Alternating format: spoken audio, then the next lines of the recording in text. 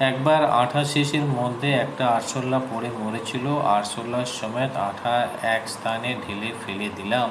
কিছু পরে আরশোলার দেহ খাবার জন্য লাল রঙের এক প্রকার ক্ষুদে বিষ পিঁপড়ে আঠার চারদিক ঘেরাও করল।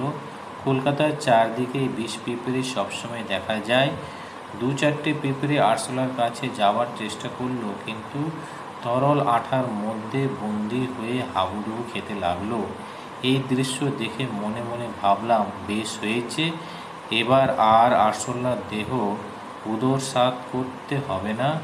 আমি পাশ কাটিয়ে কাজে চলে গেলাম।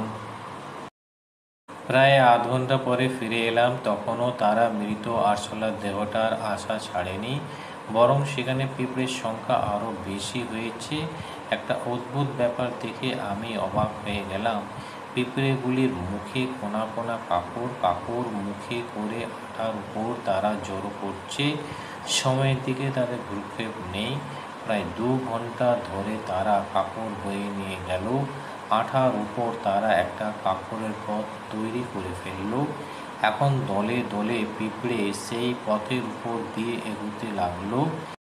এভাবে আরও 1 ঘন্টা কেটে গেল। তারপর দেখি আরশোলাটার ছোট ছোট দেহখণ্ড মুখে করে কাপড় পথ ধরে সার বেঁধে মহল্লাসে তারা বাসার দিকে এগুচ্ছে।